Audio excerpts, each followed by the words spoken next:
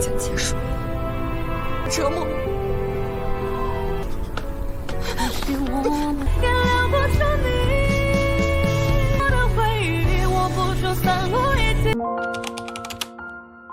Cerita dibuka dengan memperlihatkan sekumpulan orang yang berkumpul di suatu hotel yang mewah sedang mengadakan acara, dan di situ dihadiri banyak sekali orang penting, mulai dari pejabat, orang-orang kaya, dan juga petinggi-petinggi militer. Ternyata itu adalah acara pelelangan untuk membeli wanita-wanita cantik, entah dijadikan sebagai pasangan ataupun pelayan. Satu persatu wanita pun keluar, tetapi di sana ada seseorang yang sangat berpengaruh, militer berpangkat tinggi, yaitu Jenderal Yan, yang merasa tak puas dengan wanita-wanita yang ada di sana. Menurutnya, wanita yang di sana tak ada yang spesial, semuanya kurang cantik. Jenderal Yan pun mengeluh kepada seseorang yang bertanggung jawab atas lelang ini. Jika dia tak mendapatkan wanita cantik malam ini, dia akan mengancam untuk menutup tempat lelang ini saja. 这杯酒喝完之前，要是还没有本大爷满意的，那这拍卖行估计也该换人打理了。 Sampai tiba-tiba keluarlah wanita yang sangat cantik dan elegan, membuat semua orang yang ada di sana terpukau dengan kecantikannya. Wanita itu bernama Jiang Yao. Tapi Jiang Yao ternyata adalah agen rahasia dari organisasi bernama Feiwu. Dia memang sengaja untuk menyamar sebagai wanita belian malam itu agar Jenderal Yan membelinya. Tujuannya adalah supaya dia bisa menjadi wanita simpanannya Jenderal Yan. Dengan begitu dia dengan mudah untuk mengerti apa yang sebenarnya terjadi di dalam anggota militer.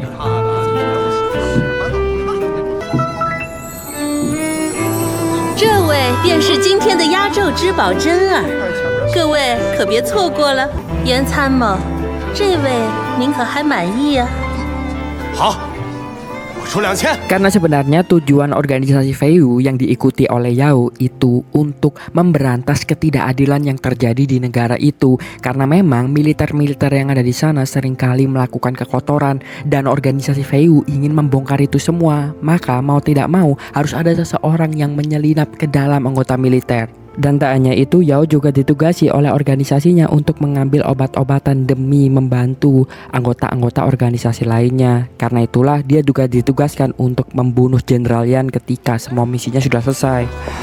我会速战速决，我会跟着他进房间，然后悄无声息地做掉他。千万小心，记住，最终目的是拿到他手上那批药。这一次，我们只许成功，不许失败。 Sialnya rencana Yao malam itu gagal karena ada seseorang pria dingin dan sangat kaya raya bernama Jianzhou yang memutuskan untuk langsung membeli Yao malam itu. Tentu saja Jenderal Yan awalnya tak terima di situ, karena siapa yang berani-berani melawan dirinya untuk menggagalkan membeli wanita yang diinginkannya. Tetapi setelah mengetahui kalau saingannya adalah Zhou, di situ dia tak ingin mencari gara-gara.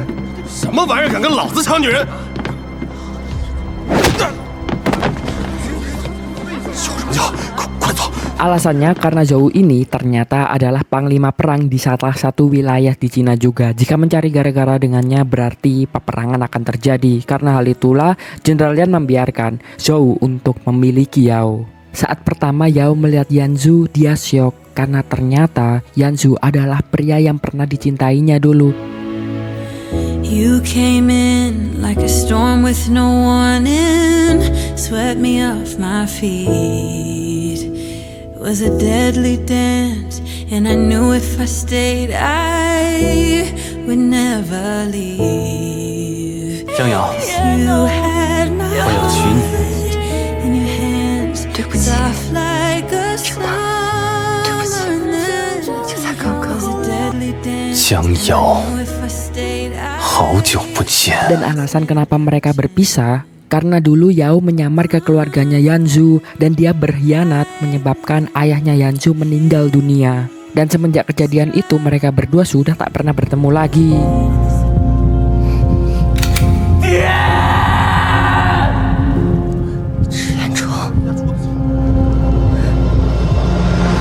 Tapi di sana Yanzu seperti tak mengenal Yao dan hanya menganggapnya sebagai seorang pelacur. Dia pun bahkan ingin bercinta dengan Yao di sana di depan umum, tetapi untungnya Yao menghentikannya. Setelahnya Yanzu membawa Yao untuk berbincang dengan petinggi-petinggi lainnya. Di sana, petinggi itu membicarakan tentang hancurnya keluarga Yanzu, kematian ayahnya yang disebabkan oleh seorang wanita, tapi sampai sekarang wanita itu tak diketahui. Pembicaraan itu membuat Yao ketakutan karena wanita yang menyebabkan hancurnya keluarga Yanzu adalah dirinya. Setelahnya Yanzu memperlakukan Yao layaknya seorang pelacur. Dia menyuruh Yao untuk membukakan bajunya dengan menggunakan mulut. Mungkin karena memang Yanzu sangat dendam kepada Yao yang telah menghancurkan keluarganya.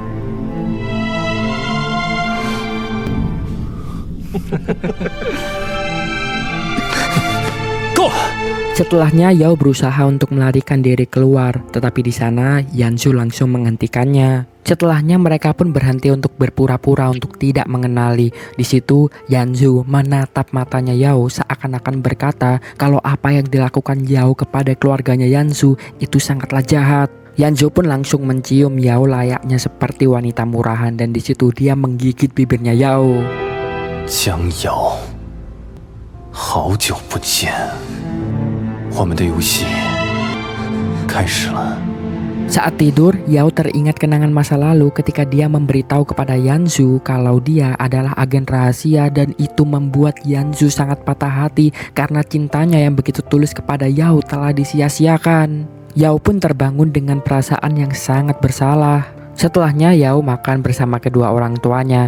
Di situ ayahnya bercerita kalau ada seorang pemuda yang berhasil untuk menjadi petinggi di suatu wilayah dan pemuda itu adalah Yanzu. Ayahnya pun memuji Yanzu ketika itu karena berhasil untuk mencapai pangkat tertinggi padahal keluarganya dihancurkan oleh seorang wanita yang entah siapa. 据说呀，江北今后要交到他手上。江北少帅池彦州，他不是咱们熬城池督军的儿子吗？ Lalu gubernur wilayah tersebut yaitu Gubernur Du diberitahu oleh jenderalnya kalau obat yang ada di wilayah mereka telah dirampok oleh kelompok. Dan setelahnya Yao diberitahu oleh temannya kalau pihak yang merampok obat tersebut ternyata adalah Yanzu. Tentu saja hal itu membuat Yao berpikir kalau mau tidak mau demi mendapatkan obat itu dia harus bertemu lagi dengan Yanzu. Tetapi di sana temannya mengingatkan kalau itu sangat berbahaya. Tapi Yao sama sekali tak memedulikannya. 我去找他，不行，他分明是冲着你来的，你再去，那岂不是羊入虎口吗？我们还有别的办法吗？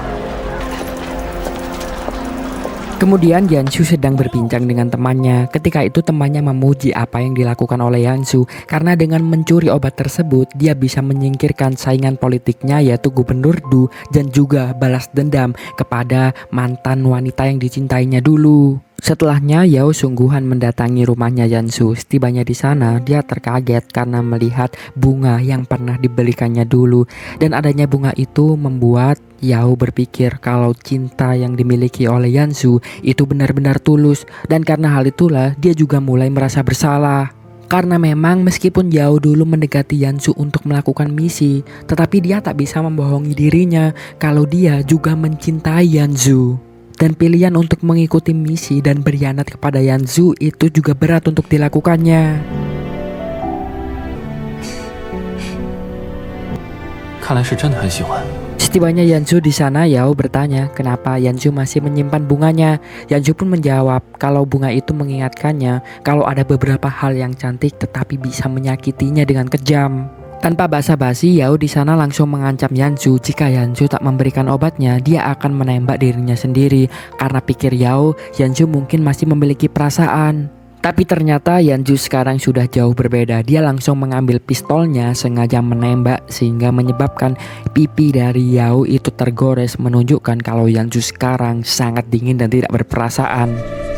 原来你这么想死，好啊，我成全你。 Dia bilang kalau dia akan memberikan obatnya asalkan Yao mau tanda tangan kalau dia akan menuruti apa saja perintahnya Yanzu. Yao pun setuju. Sebelum pergi, Yanzu lagi-lagi memperlakukan Yao layaknya wanita murahan di situ dengan langsung menciumnya. Setelah ciuman paksa tersebut, Yanzu membiarkan Yao untuk pulang. Tetapi sebelum pergi dari rumahnya, Yao melihat ada seseorang wanita cantik yang datang menggunakan mobil mewah. Wanita itu adalah Yumi, dan ternyata Yumi adalah calon tunangannya Yanzu. Mereka pun berpapasan, mengetahui kalau Yanzu sudah mempunyai tunangan, tentu saja itu membuat Yao cemburu. Begitupun juga sebaliknya, Yumi juga cemburu melihat adanya Yao di sana, dan ternyata Yumi kelihatannya juga sudah tahu tentang siapa Yao di masa lalunya Yanzu. Namun di situ pelayannya Yumi menenangkan Yumi dengan berkata kalau Yumi tak perlu khawatir karena wanita yang ada bersama dengan Yanzu sekarang itu tak secantik dan sehebat Yumi. 哎呀，小姐你别看了，她没你好看的，臭八怪。 Keesokan harinya Yao terlihat mencoba gaun pengantin. Ternyata Yao juga akan segera menikah. Dia dijodohkan oleh seseorang yang anak kaya. Calon pengantinnya adalah anak dari Gubernur Du. Secara tak sengaja Yanzu melewati toko baju di mana Yao sedang mencoba baju pengantin itu dan Yanzu melihat Yao menggunakannya. Mengetahui fakta kalau Yao akan segera menikah dengan pria lain tentu saja itu membuat perasaan Yanzu sedih. Karena meskipun Yao telah mengkhianatinya, tetapi Yanzu tak bisa membohongi perasaannya. Dia masih menyimpan perasaannya kepada Yao. Yanzu pun jadi teringat akan kenangannya dulu ketika dia melihat Yao mencoba baju pengantin untuk menikah dengannya. 山中，你觉得是我身上这身绿色的旗袍好看，还是这套小洋装好看？山中。 Setelahnya, Yanzu yang penasaran menyuruh anak buahnya untuk menyelidiki dengan siapa Yao akan menikah.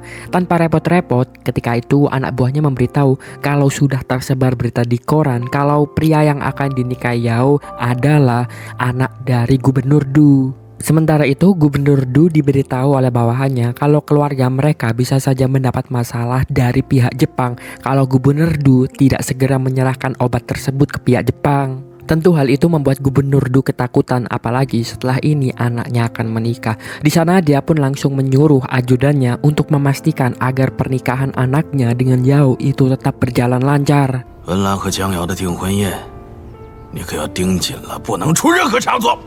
是。 Hari pernikahan pun tiba. Yao bersama dengan calon pengantinnya yaitu Wenlan sudah siap di sana. Tentunya sangat ramai orang-orang penting karena ini merupakan pernikahan anak dari Gubernur Du. Tapi di tengah-tengah kemewahan dan keramaian dari pesta pernikahan tersebut, tiba-tiba saja Yanzu bersama dengan anak-anak buahnya datang di sana. Tentu kedatangan Yanzu itu membuat Yao panik. Dia takut kalau Yanzu akan mengacaukan pernikahannya. Yao pun langsung bertanya apa alasan Yanzu datang ke pernikahan ini. Tapi sebelum menjawabnya, Wenlan tiba-tiba saja memeluk Yanzu dan memanggilnya dengan sebutan paman. 驾，酋长，你搞这么大的阵仗，不知道的以为你是来抢婚的呢，可别吓着我们家瑶瑶了。 Ternyata Yanzu memang adalah pamannya Wenlan. Dia merupakan saudara ipar dari Gubernur Du itu sendiri. Di situ terlihat kalau Wenlan dan Yanzu sangatlah akrab. Di sana bahkan Wenlan menceritakan Yao tentang apa yang dilihatnya dari Yanzu. Yanzu merupakan seseorang pria yang sangat tampan dan juga kaya. Tak hanya itu, menurut Wenlan, Yanzu orangnya sangat bijaksana. Tetapi masalahnya, meskipun sangat berkuasa dan memiliki segalanya, satu-satunya kekurangan pamannya ini, dia tidak suka berhubungan dengan wanita. Sikapnya sangatlah dingin. 帅气多金。 英明神武，就是他，完全没有半点女人缘，完全不减半点风情的阎罗酋长。 Yao yang mengetahui fakta kalau ternyata Yanzu sama sekali tak suka mempermainkan wanita, itu membuatnya merasa kalau dulu Yanzu benar-benar mencintai dirinya. Kemudian Wenlan bertanya tentang berita yang telah kesebar kemana-mana. Berita soal Yanzu yang membeli wanita yang sangat cantik katanya dengan harga yang sangat mahal. Dia tahu pamannya tak suka membeli wanita, tetapi kenapa dia akhirnya membeli wanita tersebut? Wenlan penasaran dan ingin diberitahu wanita itu secantik apa. Mendengar itu Yao tentu ketakutan karena wanita yang dibeli adalah dirinya dan dia takut kalau Yanzu memberitahunya pasti pernikahannya hari ini akan gagal. Tetapi untungnya Yanzu di situ diam saja dan tak memberitahu apa-apa kepada Wenlan. 巧了，他也在这儿，不如我给你们引荐引荐。在哪儿呢？我怎么没看见比我家瑶瑶更好看的了？我开玩笑的。 Kemudian Yanzu mendatangi Gubernur Du. Di situ Gubernur Du meminta maaf karena sebelumnya dia tak bisa membantu ayahnya Yanzu yang menyebabkan keluarga Yanzu sempat hancur dulunya. Sementara itu, Yao dan Wenlan yang sedang berdansa, tiba-tiba saja Yao meminta izin kepada Wenlan untuk pergi ke ruangan dulu karena dia ingin ganti baju. Saat Yao ganti baju di ruangannya sendirian, tiba-tiba saja di belakangnya sudah ada Yanzu di sana yang tentunya membuat Yao terkaget dan juga ketakutan. Di situ Yanzu langsung mendekati Yao tanpa banyak berkata-kata, hanya mengingatkan kalau sebelumnya Yao telah membuat perjanjian dengan Yanzu kalau dia akan melakukan apa saja yang Yanzu perintahkan. 曾经是我持家的家庭教师，前几天还是被我花重金买下来的真儿姑娘，现在摇身一变，又成了杜家少奶奶。那我还真想试一试，把这一切都告诉她。 Di situ Yanzu langsung meminta agar Yao membatalkan pernikahannya hari ini.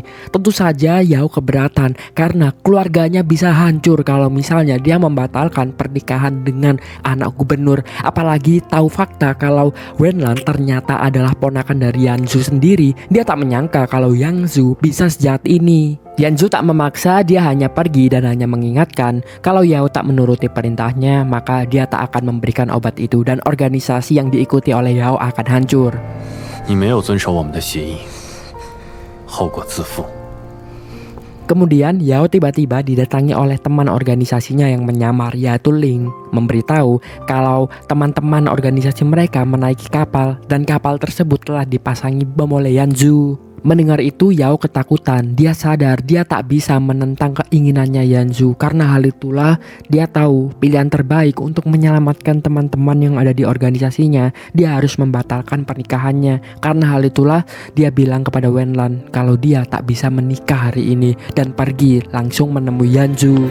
Yaya， 文兰，对不起，我们的婚约还是取消吧。 Di rumah, Yanzu diingatkan oleh temannya, Feng. Feng bilang kalau apa yang dilakukan oleh Yanzu sangatlah jahat karena dia menghancurkan pernikahan ponakannya dan berniat untuk merebut calon istrinya. Tapi Yanzu mengelak, dia bukan berlaku jahat, justru dia berlaku baik kepada ponakannya karena dia tahu kalau wanita yang akan dinikahi oleh ponakannya itu sangatlah jahat dan fake. Karena hal itulah dia harus menghindarinya. 我这是在帮她，她年纪小，识人不清。 错把恶人当良配，我做舅舅的理所应当帮他及时止损。 Yao akhirnya tiba di rumahnya Yanzu saat Yanzu akan mandi dan sedang membuka baju. Di situ Yanzu lagi-lagi mencoba merendahkan Yao dengan menyuruh untuk memandikannya. Setelahnya Yao langsung menundukkan badannya meminta maaf karena tadi telah mencoba menentang Yanzu. Dia janji mulai hari ini dia tidak akan lagi mencoba menentang Yanzu dan menuruti semua perkataannya asalkan Yanzu mau memaafkannya dan membebaskan teman-temannya yang ada di kapal. Tetapi Yanzu menjawab kalau semuanya sudah terlambat dan langsung mengusir Yao untuk angkat kaki dari rumahnya. Tentu saja Yao di situ memohon terus-terusan agar Yanzu memaafkannya karena dia tak bisa kehilangan teman-teman organisasinya karena kesalahan dirinya. Tetapi Yanzu tak peduli dan langsung menyuruh anak buahnya untuk menyeret Yao keluar. 晚了，我给过你机会的，但是你应该考虑的是。 Setelahnya Feng pun bertanya kepada Yanzu apa Yanzu memang benar-benar yakin untuk membunuh semua orang di kapal itu hanya demi wanita yang dibencinya. Yanzu hanya diam saja dan tak menjawab apapun sampai Feng melihat keluar jendela. Saat itu sedang turun salju dan cuacanya sangat dingin. Dia terkaget melihat Yao yang ada di sana berdiri karena memohon ucapan maaf dari Yanzu. Feng pun langsung memanggil Yanzu untuk melihat Yao. Ketika itu Feng bilang kalau Yao melakukan itu mungkin untuk menyiksa dirinya sendiri agar Yanzu mau memaafkan dirinya. Tapi tetap saja Yanzu mencoba untuk menghiraukannya. Namun dia tak bisa membohongi hatinya. Dia mulai mengkhawatirkan tentang Yao. 他是想用苦肉计的方式博取你的同情，还是说他知道你不想让他好过，用这种自虐的方式让你消气？枉费功夫。 Tiba-tiba Yumi datang untuk memberikan minum Yanzu. Tetapi di sana Yanzu langsung menyuruh Yumi untuk melihat keluar jendela. Ketika Yumi melihat kalau di luar ada Yao yang sedang berdiri sana, Yumi yang kasihan langsung turun ke bawah berusaha memberikan jaket kepada Yao. Tapi Yao tak mau karena dia harus melindungi teman-temannya dengan melakukan hal seperti ini. Yanzu pun semakin membuat dia seakan-akan tak peduli dengan Yao dengan turun ke bawah dan langsung memayungi Yumi mengajaknya untuk ke atas. 如果你真舍得让他冻着，又何必出来呢？这么晚跑出来，别冻坏了自己。 Sampai keesokan harinya, Yao tak menyerah dan tetap berdiri di depan rumahnya Yanzu. Yanzu pun keluar melihat Yao sudah menjalani hukumannya. Dia memaafkannya, tidak jadi untuk mengebom teman-temannya Yao. Lalu Ling menemui Yao untuk memberitahu kalau Yanzu bukan hanya tidak jadi mengebom teman-temannya yang ada di kapal, tetapi Yanzu juga mengembalikan obat-obatannya. Ling merasa aneh dengan perlakuan Yanzu itu. Tidak mungkin Yanzu melakukan semua ini hanya untuk menyakiti hatinya Yao. Dia yakin kalau Yanzu mempunyai tujuan lain di belakangnya. Di tempat lain, Yanzu diberitahu anak buahnya kalau Gubernur Du memanggil Yao ke tempatnya karena telah membatalkan pernikahan. Karena khawatir, Yanzu pun langsung menuju ke sana. Setibanya di sana, Gubernur Du bilang kalau dia ingin menghukum Yao karena telah tidak menghargainya. Tetapi Yanzu di situ berusaha untuk menenangkan Gubernur Du dengan bilang kalau anaknya dan juga Yao itu masih muda, mungkin mereka tidak bijaksana. 这件事情的确应该好好问问内情，但他们年纪还小，不懂事，姐夫别把自己给气坏了。 Yao pun tiba di sana. Gubernur Du langsung meminta alasan kenapa Yao membatalkan pernikahannya. Jika alasannya tidak masuk akal, maka Gubernur Du tidak segan-segan untuk langsung menghabisi nyawanya Yao. Tentu saja Yao tak bisa mengatakan alasan yang sebenarnya. Dia pun berbohong kalau alasannya tidak ada. Dia hanya ingin membatalkan pernikahan. Tentu saja perkataan itu membuat Gubernur Du merasa marah dan ingin untuk langsung menghabisi nyawa Yao di sana. 这次悔婚确实是我的错。 若说理由，没有。 Untungnya Wenlan tiba-tiba datang di sana dan langsung menghentikan ayahnya. Bahkan di situ Wenlan sengaja berbohong kepada ayahnya agar Yao tidak jadi untuk dihukum. Dia bilang kalau alasan kenapa Yao membatalkan pernikahan karena Yao terlalu mencintai Wenlan. Tentu cerita itu membuat Gubernur Du marah kepada Wenlan karena bisa-bisanya Wenlan menganggap pernikahan ini seperti permainan. Ketika itu Gubernur Du langsung mengeluarkan cambuknya dan ingin mencambuk Wenlan. Namun Yao melindunginya yang membuat akhirnya cambuk itu terkena oleh Yao dan Yao terluka. 护着他，看我不扒了你的皮！ Melihat Yao terluka, Yanzu langsung refleks untuk melindunginya. Dia tak bisa berpura-pura tak peduli dengan hal itu. Yanzu pun langsung meminta Gubernur Du untuk pergi karena menurutnya hukuman ini sudah cukup dan mereka pun akhirnya berpisah. Setelahnya Gubernur Du meminta anak buahnya untuk mengikuti dan melihat gerak-gerik dari Yao karena dia curiga kalau Yao menyembunyikan sesuatu. Kemudian Yao dibawa ke rumah sakit untuk dirawat karena luka cambuk yang didapatkannya. Namun setelah suster meninggalkannya, tiba-tiba dia diculik oleh sekelompok pria. Karena kehilangan jejak Yao, anak buah Gubernur Du langsung melaporkan hal tersebut. Tentu saja Gubernur Du sangat marah karena bisa-bisanya anak buahnya kehilangan jejak. 你何用？要你何用？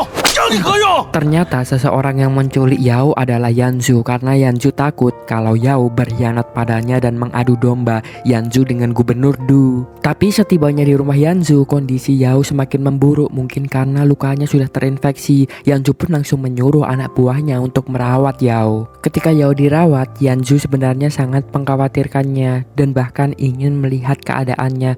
Tapi dia tak bisa melakukan itu karena dia harus berpura-pura tak peduli dan sudah tak mencintai Yao lagi di depan Feng. Feng memberitahu kalau kondisi Yao sangat mengkhawatirkan karena selain luka infeksinya, akibat dia yang kemarin semalaman berdiri di hadapan salju, itu juga membuat kondisinya semakin buruk. Mendengar itu, Yanzu pura-pura tak peduli, terlihat sangat dingin, padahal sebenarnya dia sangat mengkhawatirkan Yao. 伤得挺重，伤口感染，再加上那天冻了一夜，所以高烧不退。就这样。 Saat situasinya sudah tenang, diam-diam Yanzu mendatangi ruangannya Yao untuk melihat kondisinya. Ketika menyelimutinya, Yanzu berniat untuk mengambil kalungnya Yao, tetapi Yao terlihat berusaha untuk melindungi kalung tersebut. Yanzu pun bertanya apakah kalung itu benar-benar berharga untuk Yao. Yao menjawab kalung itu sangat berharga karena kalung itu pemberian dari Wenlan. Fakta itu membuat Yanzu marah karena dulu dia pernah juga memberikan barang untuk Yao, tetapi Yao sama sekali terlihat tidak menghargainya, bahkan dia tidak menyimpannya. Karena hal itulah Yanzu langsung mengambil kalung pemberian Wenlan itu dan membuangnya keluar jendela. 我送你的东西，你就弃之如敝履。千主，你疯了！既然那么重要，那你去找好了。Kemudian Feng memberitahu Yanzu kalau pihak Jepang akan mengirimkan utusannya yang bernama Sanjin untuk menemui Gubernur Du. Mereka berniat untuk bekerja sama, tetapi mendengar itu terlihat entah kenapa Yanzu ini menginginkan kalau kerjasama itu batal. Yanzu pun yakin setelah rumor tersebar mengenai Gubernur Du yang gagal untuk menikahkan anaknya dan juga obatnya yang telah dicuri, itu pasti membuat pihak Jepang meragukan Gubernur Du. Di tengah pembicaraan mereka, Feng tiba-tiba melihat kalau Yao sedang berada di luar mencari suatu barang. 江瑶，他在干什么？这么大的雪，他在找东西。 Yanzu pun mendatangi Yao. Ketika melihat Yao begitu keras untuk mencari kalung pemberian Wenlan itu membuat Yanzu benar-benar emosi. Tetapi bukan karena cemburu, melainkan karena dia merasa dia dulu sangat bodoh jatuh cinta kepada Yao. Pikirnya Yao dulu tak benar-benar mencintainya, semua hanya pura-pura untuk memanfaatkan Yanzu. Dan itu terbukti barang yang diberikan oleh Yanzu dulu tak disimpan. Dan sekarang dia mempunyai pria baru yaitu Wenlan. Dia mati-matian untuk mencari barang pemberiannya. Melihat kemarahan Yanzu itu, Yao bilang kalau memang Yanzu benar-benar dendam kepadanya, Yanzu boleh untuk menyakiti atau bahkan membunuh Yao. Tapi bukan seperti ini caranya. Karena jika seperti ini, Yao mengira kalau Yanzu masih mencintainya. 你要是恨我可以杀了我，但是不要这样折磨我。你这样会让我以为什么？以为你还爱我。 Mendengar perkataan Yao itu membuat Yanzu terdiam karena apa yang dikatakan Yao itu memanglah benar. Tetapi dia harus membohongi perasaannya sendiri dengan berkata pada dirinya kalau dia tak mencintai Yao lagi. Karena hal itulah di sana Yanzu berusaha untuk merendahkan Yao dengan cara menciumnya secara paksa seakan-akan Yao adalah wanita sewaan. Setelah direndahkan oleh Yanzu, Yao teringat masa lalu. Di masa itu Yanzu sangat mencintai Yao, bahkan dia melamar Yao dengan memberikannya cincin bunga. Dan cincin itulah yang tadi ditanyai oleh Yanzu. 江瑶，我要娶你。 Keesokan harinya Yumi mendatangi Yao untuk bertanya tentang kabarnya dan juga apakah kemarin barangnya yang hilang telah ketemu. Jawab Yao kondisinya sekarang sudah mendingan. Masalah barang yang kemarin dia sudah mengikhlaskannya kalau hilang. Di situ Yao pun meminta maaf karena dia merasa dia menjadi pengganggu hubungan antara Yumi dengan Yanzu. Tak lama Yanzu pulang bersama dengan Feng. Dia sengaja untuk membuat Yao cemburu dengan cara menyelimuti Yumi dengan jubahnya. Saat Yanzu dan Yumi sudah pergi, Feng pun cerita ke Yao kalau dulu setelah Yao meninggalkan Yanzu, hidup Yanzu menjadi berantakan. Ayahnya baru saja meninggal dunia dan dia jatuh miskin. Itu adalah fase terberat dalam hidupnya. Bahkan dia rela bekerja apapun sebagai tukang hanya demi sesuap nasi. Mendengar itu tentu saja membuat Yao semakin bersalah karena dia sadar betul kalau penyebab kehancuran hidupnya Yanzu adalah dia. 老师过得最难受、最狼狈的那几年，什么没有人干的脏活累活他都干，但就算这样，也还是吃完上顿没下顿。那我说这些干什么呀？外面挺冷的，快进去吧。 Sementara itu di dalam rumah, Yumi bilang dia tak tahu apa yang terjadi antara Yao dan Yanzu di masa lalu, tapi menurutnya Yao adalah orang yang baik. Yanzu pun menjawab kalau Yumi tak bisa percaya begitu saja dengan Yao karena Yao itu adalah orang yang munafik dan dia pintar untuk memanipulasi orang. Beberapa saat kemudian Yumi tak sengaja lewat melihat Yanzu yang tidur kelelahan. Dia jadi kepikiran ceritanya Feng. Dia tak bisa membayangkan seberat apa hidup yang dilakukan oleh Yanzu dulu karena hidupnya dihancurkan oleh Yao. Yao pun mulai peduli kepada Yanzu lagi. Dia merapikan mejanya, tetapi secara tak sengaja dia melihat adanya surat yang dipertunjukkan untuk Sanjing wakil Jepang, membuat Yao curiga. Namun sebelum membaca suratnya, Yanzu sudah terbangun duluan dan mengusir Yao dari sana. 你在干什么？我滚出去！ 下次再来调查情况吧。 Keesokan harinya, Yao mencari surat itu lagi. Dia pergi memeriksa ke ruangan kerjanya Yanzu. Tetapi sebelum sempat melakukan semuanya, Yanzu ternyata pulang lebih dulu dari jadwalnya dan langsung memergoki Yao di situ. Yanzu pun langsung mencekik Yao untuk memaksanya mengaku apa yang sudah dilakukan oleh Yao. Tapi Yao berhasil membohongi Yanzu dengan berkata kalau dia masuk ke ruangan kerjanya Yanzu untuk memberikan sup. Yao bilang dia membuatkan sup ini karena dia dapat cerita dari Feng kalau Yanzu punya asam lambung karena dia terlalu bekerja keras dulu. Dan Yao juga sudah tahu kalau beberapa tahun ini hidup Yanzu tak baik-baik saja. 我来给你送汤，我不想被你碰到。我不知道你今天回来这么早，我没办法才躲起来的。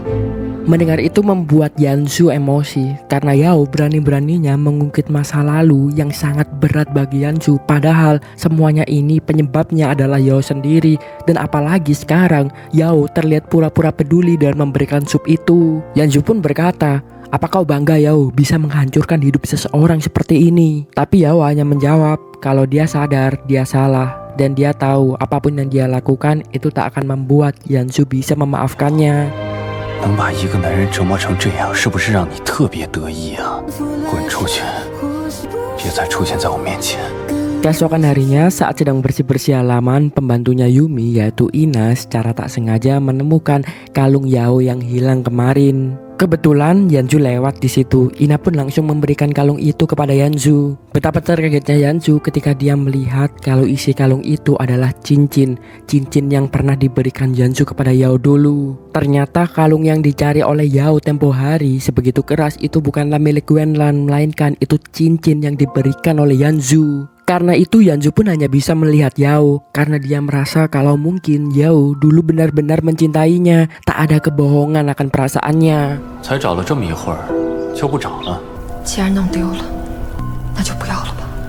Lalu Yanzu mendatangi Yao pura-pura belum menemukan cincin itu. Dia pun menawarkan untuk membantu Yao menemukan barangnya yang hilang kemarin. Tapi Yao bilang kalau dia sudah mengikhlaskannya, tak perlu lagi untuk mencari barang tersebut. Jawaban itu membuat Yanzu semakin yakin kalau memang Yao ingin menyembunyikan perasaannya yang sebenarnya. Yao tak ingin tahu kalau dia masih menyimpan cincin tersebut. Dan nyatanya benar, Yao tak ingin Yanzu tahu kalau sebenarnya Yao masih mencintainya. Karena Yao merasa bersalah telah menghancurkan kehidupan Yanzu dulu. Dia merasa tak pantas untuk bisa bahagia bersama dengan Yanzu sekarang. 当初连命都不要也要找的东西，现在就说不想要，你觉得这有说服力吗？ Hari selanjutnya, Yumi yang seorang pendatang bertanya kepada Yao tempat hiburan di kota ini. Yao pun langsung menggambarkan tempat-tempat yang menurutnya menarik supaya bisa dikunjungi oleh Yumi. Tak lama Yanzu juga pulang dari luar kota. Dia membelikan oleh-oleh untuk semua keluarganya, tak terkecuali Yao. Kelihatannya setelah Yanzu menyadari kalau Yao mungkin saja masih mencintainya, Yanzu menjadi lebih baik kepada Yao. 慎少。 少帅怎么还特意给他准备礼物啊？ Keesokan harinya, Yumi ditemani oleh Ina berjalan-jalan ke tempat yang telah direkomendasikan oleh Yao. Tapi entah mengapa hari itu suasananya sangat sepi sampai tiba-tiba ada dua orang penjahat yang berniat untuk merampok Yumi. Untungnya sebelum sempat dirampok, kebetulan Wenlan lewat di sana dan langsung menyelamatkan Yumi dan menghajar semua perampoknya. 你给我等着，别走啊，别跑！ Mereka berdua ternyata tidak saling mengenal. Ketika itu Wenlan pun langsung bilang kepada Yumi kalau akhir-akhir ini kejahatan memang sangat banyak di kotanya. Karena itulah dia meminta Yumi agar berhati-hati. Yumi yang ketakutan, dia pun terus mengikuti Wenlan kemanapun dia pergi. Akhirnya karena merasa kasihan, Wenlan pun menemani Yumi untuk mengantarkannya sampai rumah. Di perjalanan Wenlan bertanya apakah Yumi sudah mempunyai pacar. Yumi menjawab kalau dia tak tahu karena situasinya sedang rumit sekarang. Yumi pun lanjut cerita soal hubungan asmaranya. Dia sekarang memang sudah mempunyai pacar, tetapi dia tahu kalau pacarnya itu memang dari dulu sudah mencintai wanita lain. Alasan dia berpacaran dengan pacarnya itu karena dijodohkan oleh ayahnya. Ya ternyata alasan kenapa Yanzu dan Yumi akan bertunangan itu bukanlah karena cinta, melainkan karena dijodohkan oleh ayahnya Yumi. Mendengar cerita itu membuat Wenlan merasa relate. Karena hal itu sama yang terjadi kepada dirinya. Dia juga dijodohkan oleh ayahnya dan ternyata Wenlan juga tidak mencintai Yao. 前段时间，我家那个老头儿也给我选了个，然后呢？然后就为了应付那老头儿呗，我们来了场假订婚。 Kesamaan pengalaman hidup yang mereka berdua alami membuat mereka menjadi semakin dekat saat itu. Sebelum tiba di rumahnya Yumi, Wenlan izin pergi duluan karena rumah Yumi itu sama seperti rumah pamannya dan dia takut kalau ketahuan pamannya keluar sampai malam hari seperti ini. Yang tidak disadari oleh Wenlan kalau Yumi ini merupakan tunangannya dari pamannya. 拜拜，我先走了啊。再见。Di rumah, Yumi kepikiran akan apa yang dikatakan oleh Wenlan. Yang terpenting dari pernikahan adalah mencintai. Dan jika dia tidak mencintai seseorang yang dijodohkannya, seharusnya dia tidak memilih untuk menikahinya. Sementara itu di rumah, Wenlan secara tak sengaja menemukan gambar Yao yang dibawa oleh Yumi tadi. Dia pun menyadari kalau gambar itu digambar oleh Yao. Dia pun bertanya-tanya apa hubungannya Yumi dengan Yao. Tapi Wenlan tak menyadari kalau Gubernur Du ada di sana. Gubernur Du pun langsung mengambil gambar itu dan menyuruh anak buahnya untuk menyelidiki hubungan antara Yao dengan Yumi. Keesokan harinya, anak buah Du yang sudah menyelidikinya akhirnya memberitahu Gubernur Du kalau Yumi ternyata adalah tunangannya adik ipar Gubernur Du, yaitu Yanzu. Mereka pun langsung bertanya-tanya dan menyimpulkan kalau mungkin saja Yanzu lah dalang dibalik semua masalah yang terjadi kepada Gubernur Du. Mereka juga curiga kalau Yanzu sebenarnya mungkin sudah tahu apa yang terjadi di masa lalu. Ternyata Gubernur Du ada kaitannya dengan kematian ayahnya Yanzu dulu. 如果这件事情真的和我小舅子有关，我当场就吃了他，吃了他，毙了他。走。 Sementara itu kembali di rumah Yanzu, Yao tiba-tiba saja dipanggil Yanzu. Ketika itu Yao pun langsung mengucapkan terima kasih karena kemarin Yanzu sudah repot-repot membelikannya permen yang dia tahu kalau permen itu sangat sulit untuk didapatkan. Tetapi Yao juga bilang kalau lain kali Yanzu tak perlu repot-repot seperti ini karena dia takut nantinya apa yang dilakukan oleh Yanzu ini membuat Yumi cemburu. Yanzu pun langsung cerita kalau dia dan Yumi tidak benar-benar mencintai, mereka dijodohkan oleh ayahnya Yumi. Ternyata ayahnya Yumi lah yang membantu Yanzu bisa mendapatkan pangkat tinggi seperti sekarang. Yanzu juga menganggap ayahnya Yumi sebagai ayah angkatnya sendiri. 我们从没订过婚，我义父，他的父亲，一直想促成我跟他的婚事，但我从没答应过。 Mendengar cerita itu secara tak sengaja membuat Yao tersenyum. Di momen itu mereka berdua mulai menyadari kalau mereka sampai saat ini masih saling mencintai. Yanzu pun langsung mencium dengan mesra Yao ketika itu. Beberapa saat kemudian ketika Yanzu tak ada, Yao lagi-lagi berusaha untuk mencari surat tersebut. Dan akhirnya surat itu ketemu. Yao pun langsung membacanya. Tapi setelah membaca suratnya, Yao ketahuan oleh Yanzu. Dan itu membuat Yanzu sangat marah karena lagi-lagi Yanzu merasa dihianati. Yanzu berpikir kalau semua yang dilakukan oleh Yao tempo hari, mulai dari memberikannya sup, kemudian pura-pura menyimpan cincinnya, itu semua dilakukan Yao semata-mata demi agar Yao bisa mendekati Yanzu. Dan Yao tak pernah menyintai Yanzu. Semua yang dilakukan Yao hanya untuk kepentingan misi organisasinya saja. Tapi Yao di situ bilang kalau kali ini dia memang sama sekali tak berniat untuk melukai hatinya Yanzu lagi. Di tengah perdebatan mereka berdua, Feng tiba-tiba masuk memberitahu hal bahaya. Gubernur Du bersama dengan anak buahnya sudah mengepung rumahnya Yanzu. Mendengar itu Yanzu langsung mengambil pistolnya, meminta Feng untuk memanggil semua pasukannya bersiap untuk berperang. 把他带走。那你呢？与你无关。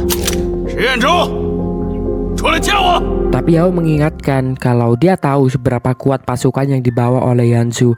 Namun ini adalah tempat kediaman dari Gubernur Du dan tentu saja akan sangat berbahaya jika melawan dan berperang dengan Gubernur Du di wilayahnya sendiri. Akhirnya Yao memberikan saran lain kepada Yanzu supaya Yanzu tak langsung berperang kepada Gubernur Du. Ketika itu mereka berdua berpura-pura bercinta. Gubernur Du pun yang menggerbek di sana langsung melihat mereka. Wow.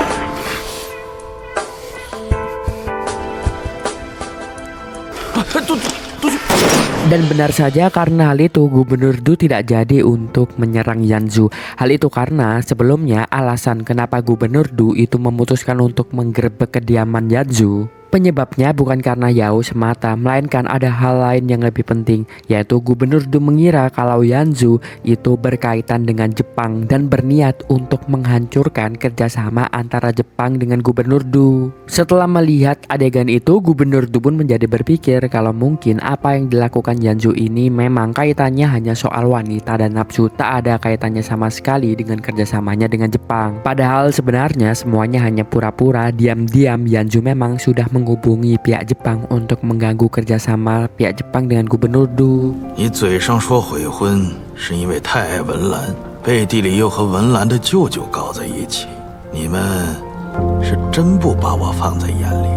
Namun tetap saja mereka berdua tak bisa lepas begitu saja tanpa dihukum oleh Gubernur Du. Karena Gubernur Du merasa kalau Yao membatalkan pernikahannya itu sudah merendahkan dirinya. Karena itu sesuai hukum yang ada di daerahnya, dia meminta agar Yao ataupun Yanzu, entah salah satunya siapa, menembak salah satu dari mereka sebagai hukumannya. Mendengar itu, Yao langsung mengambil pistol dan menodongkannya kepada Yanzu, membuat Yanzu berpikir kalau lagi-lagi kali ini dia dikhianati dan dibohongi oleh Yao. Ketika Yanzu sudah siap menerima hukumannya, tiba-tiba saja Yao menodongkan pistol ke dirinya sendiri dan menembakkannya. Untungnya Yanzu berhasil menyelamatkannya.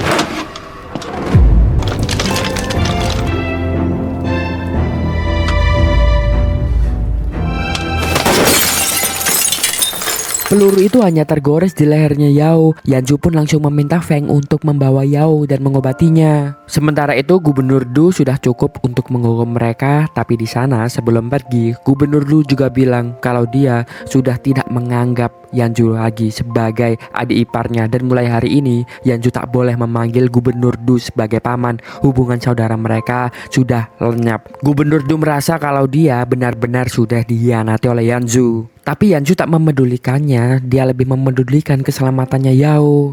以后别喊我姐夫，文兰也没有你这个舅舅。走。 Untungnya setelah diobati oleh Feng, Feng bilang kalau lukanya tak terlalu parah, tetapi jika saja peluru itu bergeser sedikit, bisa-bisa nyawa Yao tidak terselamatkan. Setelahnya Yanzu meminta Feng untuk pergi. Saat berdua Yanzu bertanya kenapa Yao sampai mau melakukan hal seberbahaya tadi, nyawanya bisa saja hilang. Namun Yao menjawab kalau itu lebih baik daripada Yanzu yang harus meninggal. Mendengar itu Yanzu jadi bertanya lagi soal cincin yang disimpan oleh Yao. Kenapa alasan Yao menyimpannya? Apakah hanya karena misi berpura-pura atau memang itu adalah perasaan yang sebenarnya? Jawab Yao itu adalah perasaannya. Di momen itu meskipun tanpa dikatakan, Yanzu tahu kalau selama ini Yao tak pernah berpura-pura. Memang dia mencintainya. Ketika itu Yanzu pun langsung mencium Yao. 我想找回来的，我真的想把它找回来。 我不管你是不是在演戏，也不管你的话里，从现在起，你要一直带着的。 Keesokan harinya Yao menemui teman organisasinya Ling untuk memberitahu kalau dia sudah berhasil membaca surat Yanzu yang dikirim untuk Jepang. Dan ternyata Yanzu sama sekali tak bekerja sama dengan pihak Jepang. Yang bekerja sama dengan Jepang adalah Gubernur Du. Karena itulah Yanzu tak bersalah, justru Gubernur Du lah yang harus dihentikan karena dia pejabat pengkhianat negara yang menjalin kerjasama dengan Jepang. 单景泰应该很快就会进入鹅城，与杜金山谈修建铁路合作的事，组织正在想办法。 一定要阻止他。有什么事情随时联络。 Sementara itu di rumah, Yanzu yang sudah membiarkan Yao untuk pulang, tiba-tiba Ling bilang kalau bukunya Yao ketinggalan. Karena Yanzu masih ingin ketemu Yao, dia pun modus dengan telepon ke rumahnya agar Yao ke sana. Tapi yang mengangkat teleponnya ketika itu adalah ibunya Yao dan bilang kalau Yao sekarang gak ada di rumah soalnya lagi kencan keluar. Tentu hal itu membuat Yanzu cemburu. 她今天刚好不在家，跟男朋友去约会了。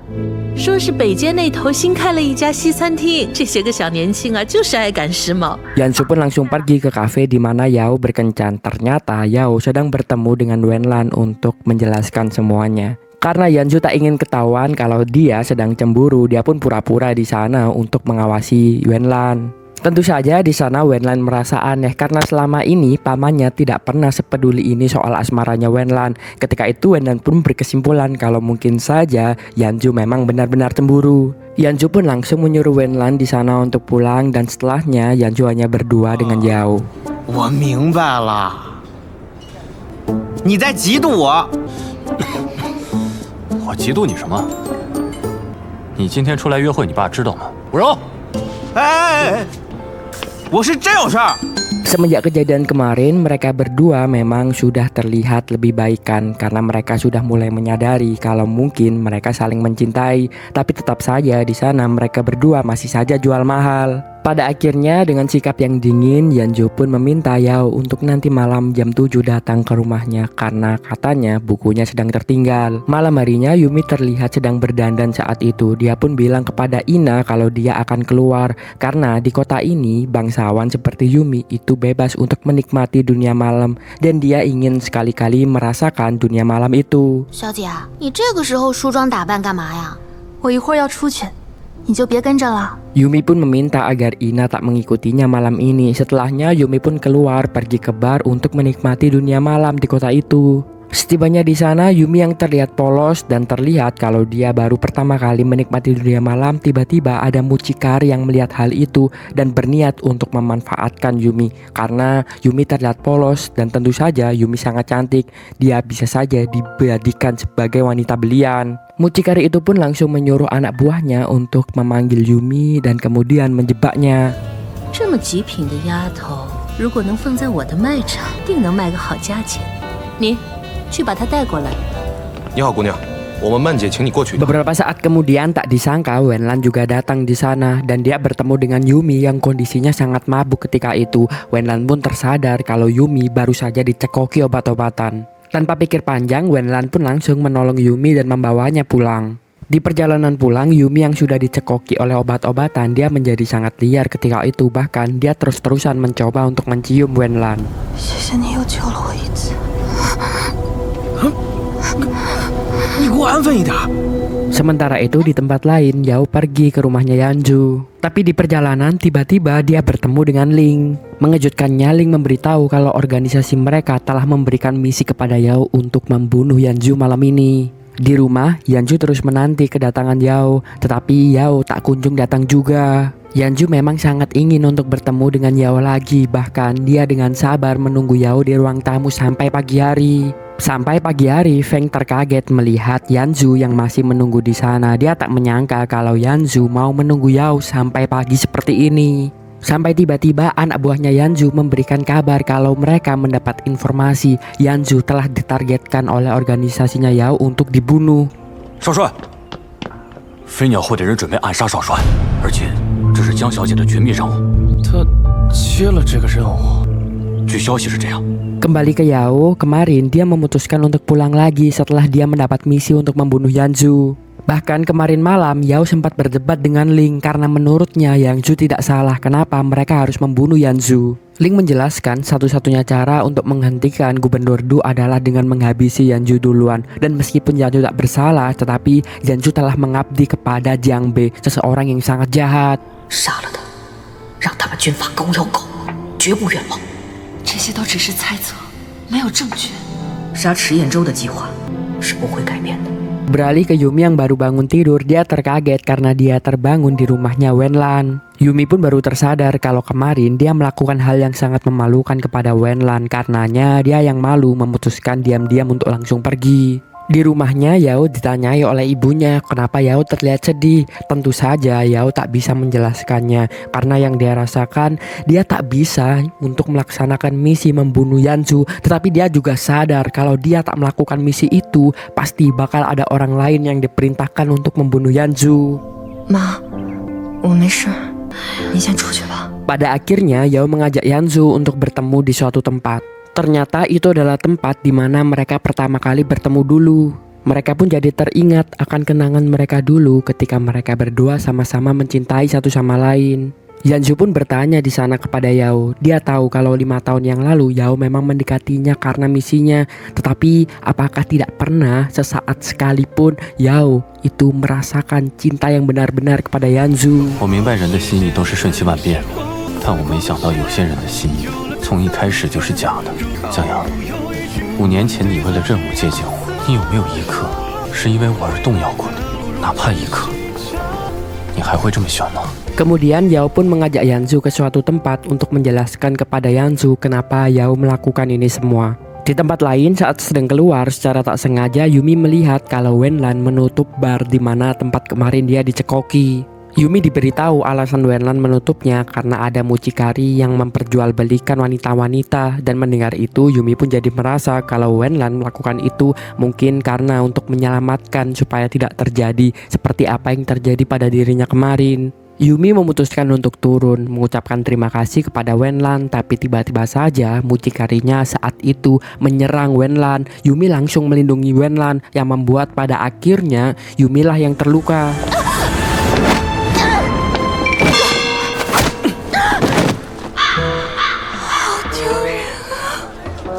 Malam harinya Yao dan Yanzu tiba di panti asuhan tempat Yao mengajar. Di situ Yanzu pun dikenalkan oleh Yao kepada anak-anak panti di sana. Anak-anak panti itu terlihat senang kedatangan Yanzu dan mereka terkagum dengan seragam militer yang digunakan oleh Yanzu. Mereka pun bilang kalau besar nanti mereka juga ingin menjadi seorang militer layaknya seperti Yanzu karena mereka tidak ingin ditindas lagi oleh orang-orang Jepang. 我长大以后也要像叔叔你这样穿军装配枪，把倭国人都打出去。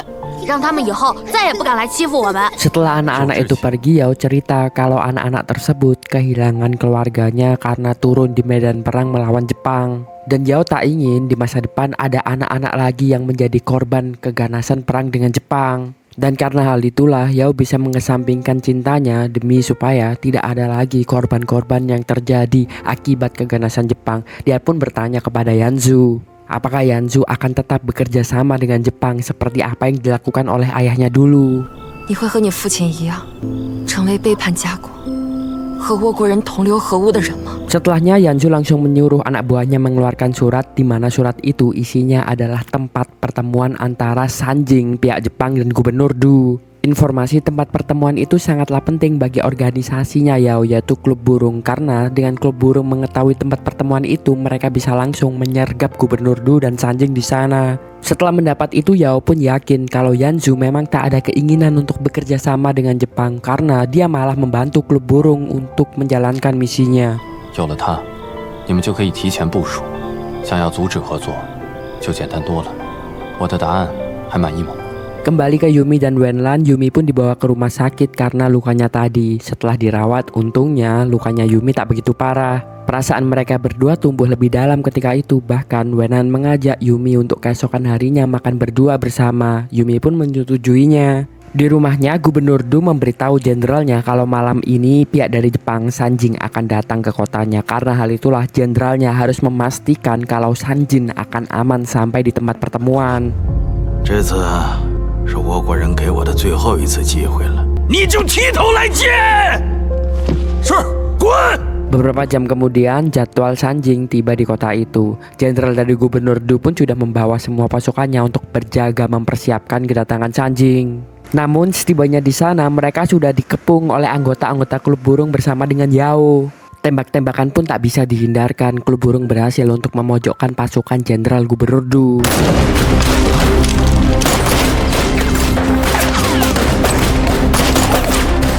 Yao berhasil berhadapan langsung dengan Sanjing dan berniat untuk membunuhnya. Tapi sebelum Yao sempat menembakkan pelurunya, Sanjing tiba-tiba diselamatkan oleh seseorang, yaitu Yanzu yang datang ke sana. Tentu saja hal itu membuat Yao syok. Ling yang datang ke sana pun langsung memarahi Yao kalau Yao seharusnya tidak percaya begitu saja dengan Yanzu. Yao tak percaya kalau Yanzu tega menipunya dan menyelamatkan Sanjing di depan matanya. Akhirnya malam itu klub burung pun harus pulang tanpa membuahkan hasil.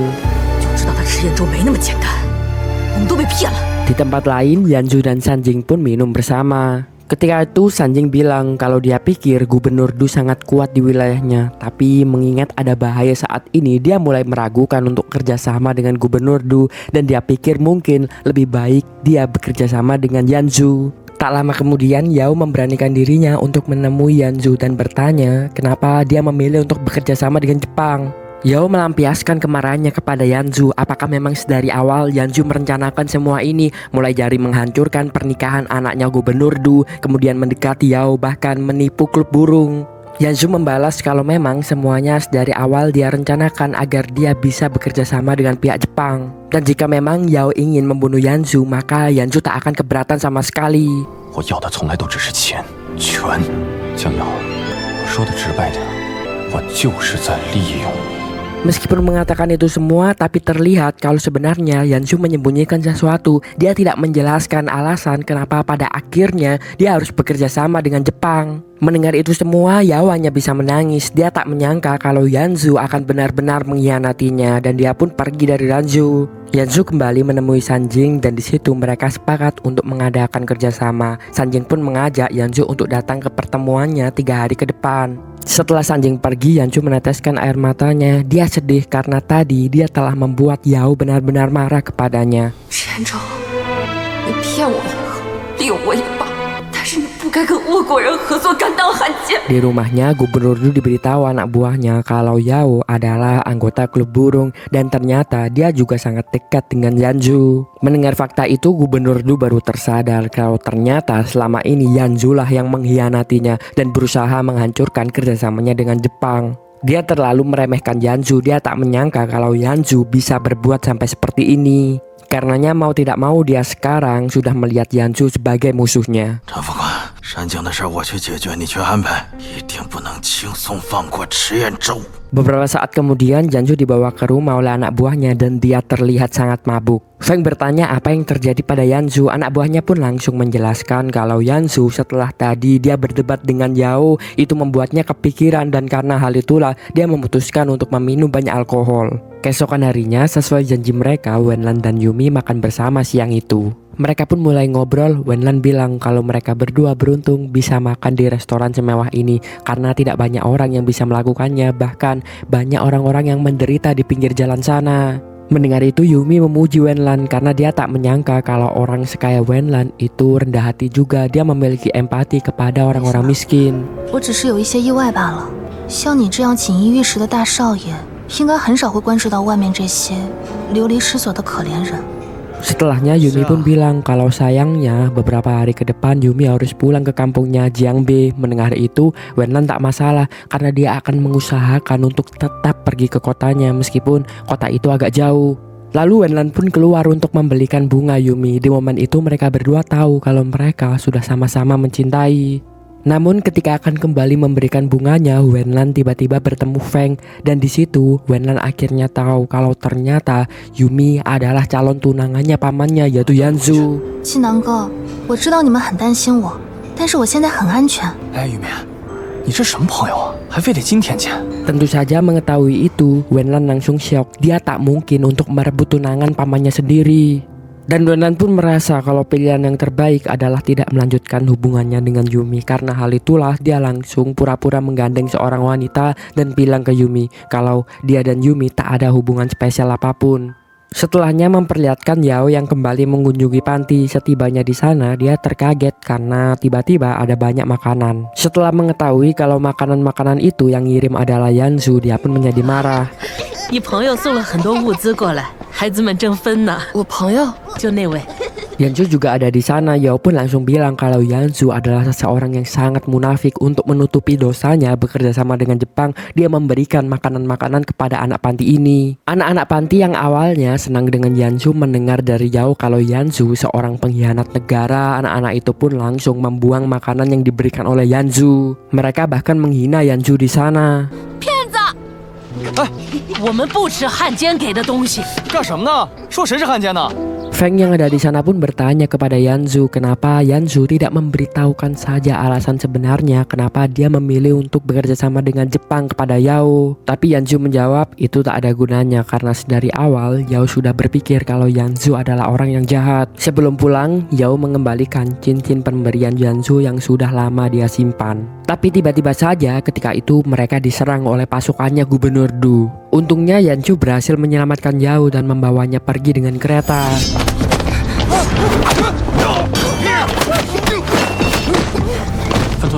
Setelah aman, Yao meninggalkan Yanzu sembari memberikan cincin pemberian Yanzu yang dulu dan mungkin itu pertanda kalau Yao akan mulai melepaskan Yanzu. Sekembalinya di rumah, Yanzu diberitahu oleh anak buahnya kalau penyerangnya mereka tadi sudah dipastikan adalah anak buahnya Gubernur Du. Setelah sudah memastikan kalau Gubernur Du memang sudah secara terang-terangan menyerang dirinya, Yanzu langsung memerintahkan anak buahnya untuk menghubungi pihak Bank Jepang. Memberitahu Bank kalau Gubernur Du telah gagal untuk menjalin kerjasama dengan Sanjing dan dengan begitu pihak Bank pasti akan menarik pinjaman mereka dari Gubernur Du. 听说最近杜军军费紧缺，内部勾心斗角，正要闹叛变。你把这些告诉倭国的银行，他们知道该怎么做。是。 Sesaat kemudian, Gubernur Du diberitahu anak buahnya kalau pihak Bank Jepang tidak lagi memberikan bantuan dana kepada Gubernur Du. Mengetahui hal itu membuat Gubernur Lu sangat stres karena sekarang dananya semakin menipis, apalagi dia telah mengeluarkan banyak dana untuk membiayai militernya. Ditambah lagi gagalnya kerjasama dengan pihak Jepang dan juga pihak Bank Jepang yang sudah tidak memberikan pinjaman, itu membuat Gubernur Lu tak ada pilihan lain lagi untuk mencari dana tambahan.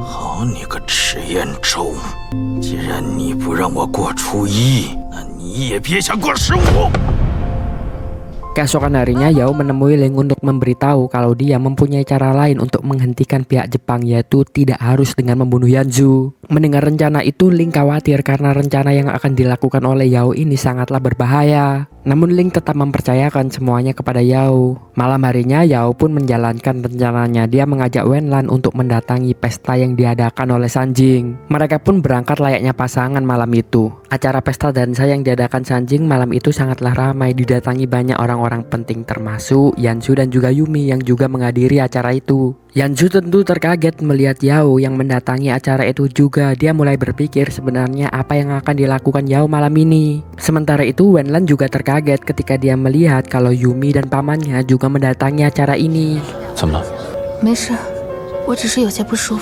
Mereka pun mulai berdansa. Ketika keadaan mulai tenang, Yanzu tiba-tiba mendatangi Yao untuk berbicara berdua. Mereka berdua pun mulai bicara sembari berdansa. Di situ Yanzu bertanya apa yang dilakukan Yao di sini. Apakah Yao sudah siap untuk membunuh Yanzu? Merasa diremehkan karena Yanzu mungkin pikir Yao tak berani membunuh Yanzu. Ketika itu Yao pun langsung menodongkan pistol ke perutnya Yanzu dan dia bilang kalau dia bisa membunuh kapanpun Yanzu ketika dia mau. 江小姐就这点本事吗？ 我有几斤几两，池少帅你不知道吗？ Di tempat lain, Wenlan diam-diam mendatangi Yumi. Ketika itu Wenlan pun mengungkapkan kemarahannya. Dia kesal karena Yumi telah membohonginya. Ternyata Yumi telah bertunangan dengan orang lain. Yumi pun membalas kalau hubungannya dengan Yanzu itu tidak seperti apa yang dipikirkan oleh Wenlan. Mengetahui kalau itu adalah perjodohan, Wenlan pun bertanya kepada Yumi apakah Yumi benar-benar mempunyai perasaan terhadap Yanzu atau tidak. Tetapi Yumi menjawab kalau dia tak punya perasaan sama sekali kepada Yanzu. Dan tentu saja mendengar itu membuat Wenlan menjadi senang. 你喜欢他吗？我跟燕州不是你想的那种关系。那你也不喜欢他，是不是？我不乐意，我会吃醋。 Lalu Sanjing pun datang dan memberikan sambutan kepada orang-orang yang sudah mau datang ke pestanya. Tiba-tiba Yao mendatangi dan mendekati Sanjing dan memperkenalkan siapa dirinya. Setelah mengetahui kalau ternyata Yao adalah anak dari ketua asosiasi di wilayah tersebut, Sanjing pun langsung menyambut Yao dengan ramah. Tak hanya sampai di situ, Yao pun terus berusaha untuk menggoda Sanjing. Sanjing yang tergoda akhirnya mengajak Yao untuk masuk ke kamarnya. Ternyata alasan Yao menggoda Sanjing karena diam-diam dia ingin membunuh Sanjing malam ini. Karena hal itulah dia pun langsung masuk ke kamar Sanjing berdua saja. 如果你能够到房间亲自为我佩戴，我会更加的喜欢。这是我的荣幸。 Di ruangan lain, Yanzu diberitahu anak buahnya yang melihat kalau Yao masuk ke kamarnya Sanjing berdua saja. Ketika itu Yanzu tahu kalau Yao pasti berencana untuk membunuh Sanjing malam ini. Tentu saja Yanzu menjadi sangat khawatir karena ini adalah misi bunuh diri. Jika Yao benar-benar membunuh Sanjing di sini, pasti Yao tak bisa keluar hidup-hidup karena banyak sekali anak buahnya Sanjing di tempat ini. Yao dan Sanjing pun sudah sampai di kamarnya Sanjing. Ketika itu Sanjing mulai menggoda Yao. Yao pun sudah mengeluarkan jarum yang akan dia gunakan sebagai alat untuk membunuh Sanjing. 你可真香，山井先生。我这扇门可不是谁都能进的。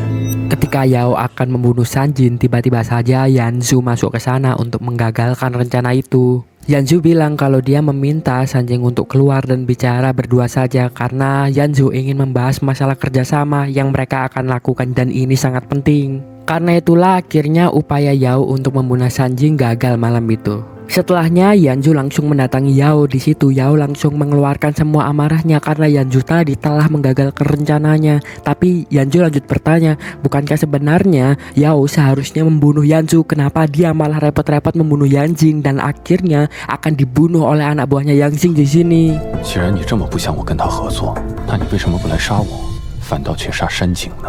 Sebelumnya Yao juga diperingatkan oleh Ling kalau membunuh Sanjing itu jauh lebih berbahaya. Tetapi kenapa Yao lebih memilih ini? Karena dia tak tega untuk membunuh Yanzu. Yanzu pun di situ sampai menodongkan pistolnya ke perutnya sendiri dan meminta Yao untuk segera menghabisi nyawanya jika memang Yao bisa. Yao hanya bisa terdiam di sana karena bukan hanya tak tega, sebenarnya Yao masih menyimpan rasa kepada Yanzu dan dia tak mungkin untuk menghabisi nyawa seseorang yang dicintainya. Yanzu pun di situ juga tersadar kalau Yao masih mempunyai rasa terhadapnya. Setelahnya mereka berdua pun langsung berciuman. Tak sengaja Wenlan dan Yumi melihat mereka berdua berciuman. Ketika itu Wenlan dan Yumi pun menyadari kalau Yanzu dan Yao itu sama-sama mencintai juga.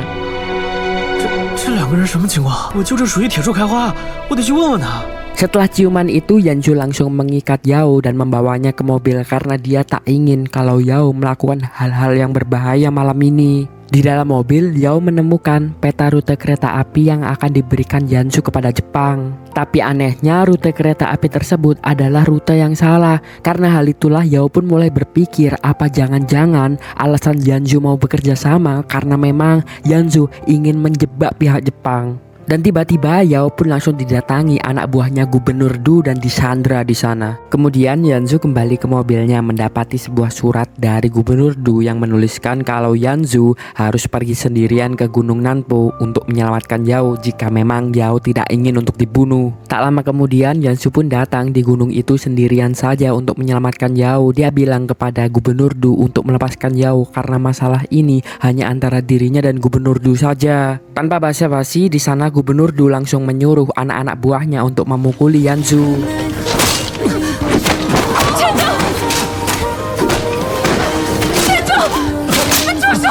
Yanzu terus dipukuli tanpa melakukan perlawanan sedikit pun sampai keadaannya benar-benar parah. Yao pun meminta Yanzu untuk melawan karena jika tidak Yanzu akan mati jika begini terus. Di luar, anak buah Yanzu terus bertanya kenapa Yanzu tidak mempersilahkan mereka untuk masuk. Mereka takut kalau pada akhirnya Yanzu nanti akan mati. Tapi Wurong di sana mencegah semua anak buahnya karena dia percaya kalau Yanzu pasti akan selamat sesuai rencananya. Tak lama, Ling bersama dengan pasukan klub burung datang di sana. Melihat ada Wurong di sana, Ling dan Wurong memutuskan untuk mengesampingkan permusuhan mereka dulu karena mereka harus menyelamatkan Yanzu dan juga Yao bersama. 你们是为了救池彦周，我们是为了救江瑶。既然目的一致，暂时休战。 Ling sudah tak ingin untuk menunggu lagi, tapi di sana Wurong memperingatkan kalau kawasan gunung itu banyak sekali bom ranjau darat sehingga sangat berbahaya kalau mereka memaksa untuk lewat. Tak lama Wenlan juga ada di sana. Tiba-tiba dia pun berniat untuk menolong Yanzu dan Yao juga karenanya dia yang tahu di mana saja lokasi ranjau daratnya. Akhirnya menuntun Wurong dan juga pasukan-pasukan yang lainnya. 里边一个是我舅，一个是我最好的朋友，你爱去不去？ Kembali ke Yanzu yang sudah sekarat karena dipukuli. Yao di situ bertanya kenapa Yanzu nekat untuk pergi ke sini karena dia tahu dia dalam bahaya jika harus berurusan dengan Gubernur Du. Melihat Yao dan Yanzu yang sudah sekarat, ketika itu Gubernur Du langsung memberitahukan fakta yang sangat mengejutkan kalau ternyata ayahnya Yanzu itu bukan meninggal karena klub burung, melainkan Gubernur Du lah yang membunuh ayahnya Yanzu. Setelah memberitahu fakta itu, Gubernur Du bersama dengan semua anak buahnya pergi meninggalkan Yao dan Yanzu dikurung di dalam gua dan dalam kondisi yang sangat dingin. Itu adalah hukuman mati baginya. 那我今天就让你和他的儿媳妇在阴间里和他团聚吧。走。 Beberapa saat kemudian Yao dan Yanzu terjebak di dalam. Mereka tidak bisa keluar dan udaranya sangatlah dingin. Mereka sadar waktunya hanya tinggal beberapa saat lagi. Mereka pun mulai berpikir kalau mereka mungkin saja bisa meninggal di sana. Karena hal itulah Yao pun mengatakan sesuatu yang sudah lama dia ingin katakan kepada Yanzu. Yao minta maaf karena dia telah mengkhianati Yanzu, bahkan tak pernah menemui Yanzu lagi. Dan sebenarnya sejak 5 tahun yang lalu Yao selalu ingin untuk menanyakan bagaimana kabarnya Yanzu. Tapi dia juga tahu kalau Yanzu itu tidak baik-baik saja selama 5 tahun ini. Yao juga bilang alasannya kenapa dia selalu menjauhi Yanzu karena dia merasa bersalah. Dia merasa dialah penyebab ayahnya Yanzu meninggal. Tetapi setelah mengetahui kalau ternyata ayahnya Yanzu yang membunuh adalah Gubernur Du, dirinya lega sekarang. 对不起，真的对不起。就在刚刚，我知道原来杀了你父亲的凶手是杜千山，我真的如释重负。这是不是就意味着我我们之间的仇恨又可以减少一点点了。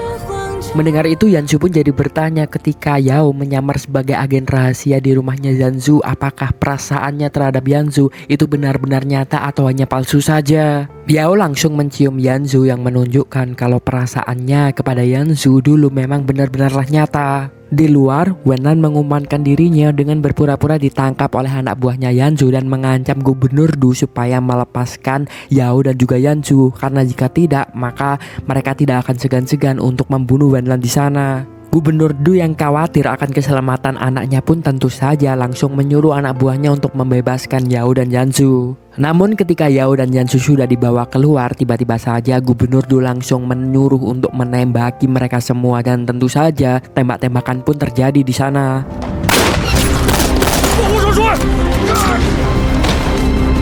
Pada akhirnya Gubernur Du dan anak buahnya pun harus terpojok karena kalah. Gubernur Du pun memilih untuk kabur. Tetapi sialnya Gubernur Du malah melewati jalur bom yang telah dibuatnya sendiri dan akhirnya dia pun bersama dengan pasukannya meledak meninggal dunia di sana.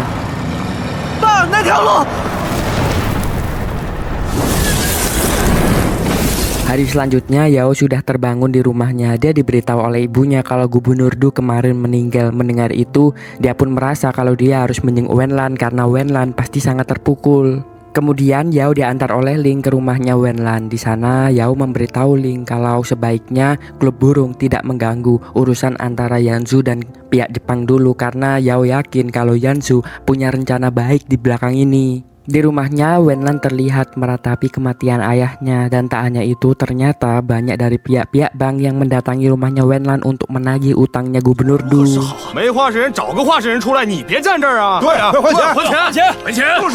Yanzu juga datang di sana. Dia kelihatannya juga merasa bersalah atas kematian dari ayahnya Wenlan. Yanzu bertemu dengan Yao di sana dan tak diduga mereka berdua di sana juga melihat Yumi yang terlihat ingin menjenguk Wenlan. Yumi yang melihat kalau banyak pihak bank yang marah-marah di sana mencari Wenlan, akhirnya dia pun membantu Wenlan dengan berusaha untuk menenangkan pihak-pihak bank tersebut.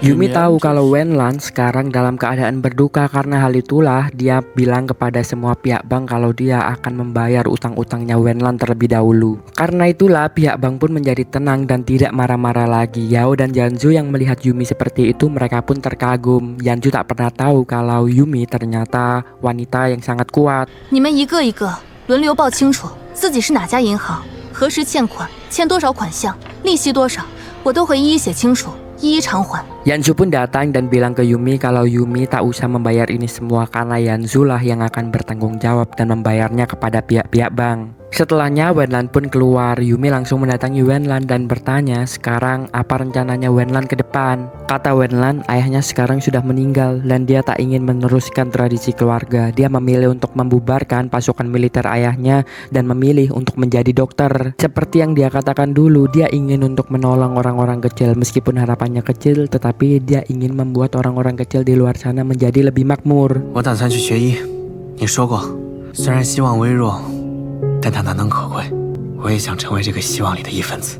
Mendengar itu Yumi pun langsung bilang kalau dia ingin tetap untuk bersama dengan Wenlan. Apapun yang Wenlan akan jalani dia akan mendukungnya. Mereka berdua pun berpelukan. Yanzu dan Yao melihatnya tahu kalau mereka berdua mempunyai rasa yang sama. Yanzu juga bilang kalau dia minta maaf atas apa yang terjadi pada ayahnya Wenlan. Tapi apa yang dilakukan oleh Gubernur Du sama sekali tak ada kaitannya dengan Wenlan. Wenlan pun memahami kenapa Yanzu melakukan ini semua dan dia sama sekali tak dendam pada Yanzu. 我全都明白。 我也绝不会怪你，还有瑶瑶，你们都是受害者。谢谢，文兰，你节哀。 Saat pulang, Yao mengajak Yanzu untuk nanti malam datang ke festival bersama. Malam harinya mereka pun berangkat ke festival itu. Yao juga mengajak anak-anak panti. Awalnya anak-anak panti tak mau bermain dengan Yanzu karena dia pikir kalau Yanzu adalah seorang pengkhianat. Tapi Yao menjelaskan kalau tempo hari yang salah adalah Yao. Yanzu bukanlah seorang pengkhianat. Mendengar itu anak-anak itu pun langsung bermain dengan Yanzu dan untuk pertama kalinya malam itu mereka akhirnya merasakan kedamaian lagi. 加油，姐姐，我们去那边玩吧。好，走喽。买玩具去喽。 Yanju pun bilang kalau dia lama sekali tak melihat Yao sebahagia ini. Yao membalas kalau sebenarnya dari 5 tahun ini dia tak pernah mendatangi festival seperti ini karena dia takut teringat kenangan akan indahnya bersama dengan Yanju. Yao balik bertanya memangnya selama 5 tahun ini bagaimana kehidupan Yanju. Yanju cerita kalau 5 tahun ini hidupnya memang sangatlah berat. Banyak sekali dia diambang kematian, tapi dia tetap percaya harus hidup karena alasannya yang pertama harus membalaskan dendam kematian ayahnya kepada Gubernur Du, dan yang kedua dia ingin menemui wanita yang dia temui sebelum 5 tahun yang lalu. 而且我还得来找一个骗子讨要一个说法，就是这些信念支撑着我。对不起，我已经接受过你的道歉了。 不聊这些了，我带你去个好地方。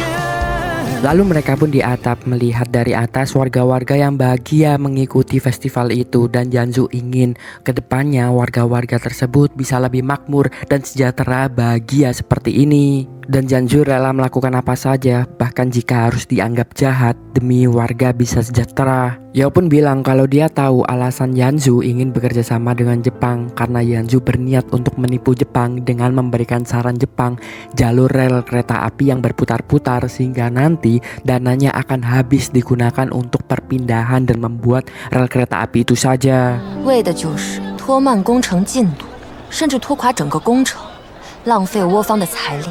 除此之外，我也想不到别的原因了。 Tapi Yao jadi khawatir karena tindakan yang dilakukan oleh Yanju ini sangatlah berbahaya. Jika dia memang ketahuan seperti itu, dia bisa-bisa dibunuh oleh Kaisar Jangbei sendiri. Tapi Yanju membalas dia sudah tahu resikonya. Namun jika bukan dia yang melakukan ini, pasti ada orang lain yang mau kerjasama dengan Jepang.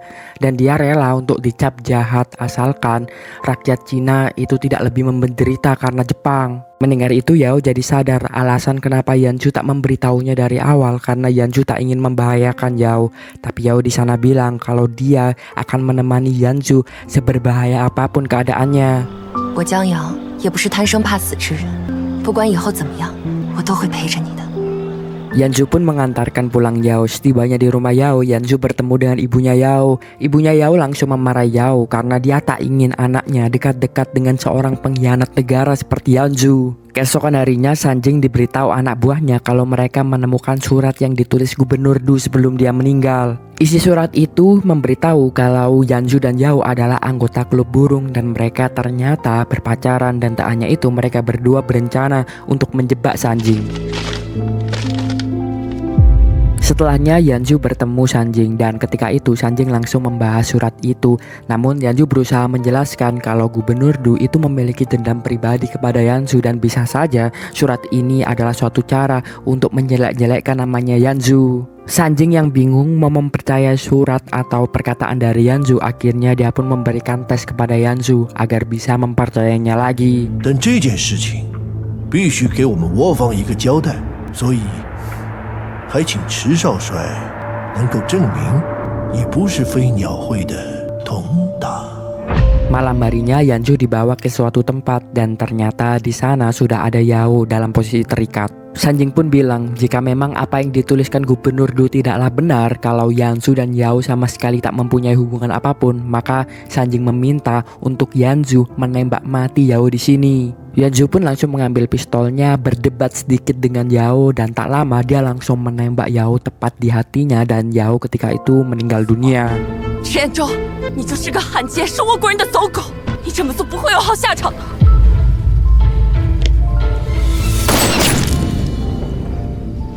Keesokan harinya Sanjing pun akhirnya menandatangani kerjasamanya dengan Yanju. Karena akibat yang dilakukan Yanju kemarin malam, dia sudah percaya kalau apa yang dikatakan Gubernur Du tidaklah benar. Beberapa hari selanjutnya Feng mengucapkan selamat kepada Yanju karena telah berhasil menjalin kerjasama dengan Jepang. Tetapi dia juga berduka karena Yanju kehilangan wanita yang dicintainya. Tapi Yanju sama sekali tak menunjukkan kesedihannya dan tiba-tiba saja Yao datang dari belakang yang membuat mereka semua terkaget.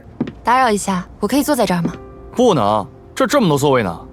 江瑶， Ternyata memang dari awal Yanzu dan Yao sudah merencanakan ini semua. Dia sengaja menembak Yao dengan peluru yang kosong dan di dadanya Yao juga sudah ada darah palsu di sana yang membuat seakan-akan kemarin malam Yao itu meninggal padahal sama sekali dia tidak tertembak. Tak lama Wenlan dan Yumi datang di sana. Mereka berdua bilang kalau mereka berencana akan segera menikah. 我打算去江北找周伯父提亲了，不管有什么困难，我都愿意。